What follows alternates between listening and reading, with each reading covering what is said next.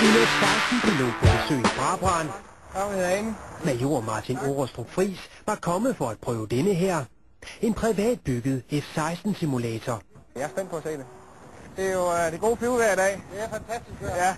Det er Frank Riedel her, der har bygget simulatoren. I de sidste 2 år har han brugt 4.000 timer på sit fritidsprojekt. I dag skulle det så vise sig, om simulatoren også mindede om et rigtigt F-16-fly. Det var en smart detalje, den her. Sådan plejer vi ikke at komme ind i min flyvemaskine. Dagens testperson er ikke nogen her hvem som helst. Martin Orostrup Friis med pilotnavnet Amy er chef for eskadrille 730 i Skrydstrup. Ja, så er vi i luften.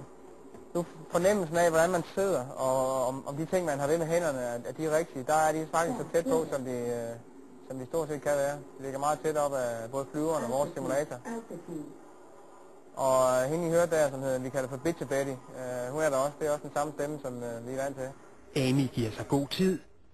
Meget er en smule anderledes end i et rigtigt F-16-fly, men forskellen er ikke så stor.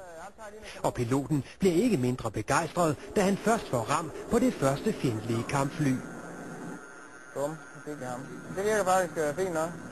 Det gør det. Til dem, som godt kunne tænke sig at smage lidt på, hvad det egentlig er for noget at flyve 16, de kan i hvert fald komme så tæt på, som man kan, når man ikke skal ind inden for døren i forsvaret.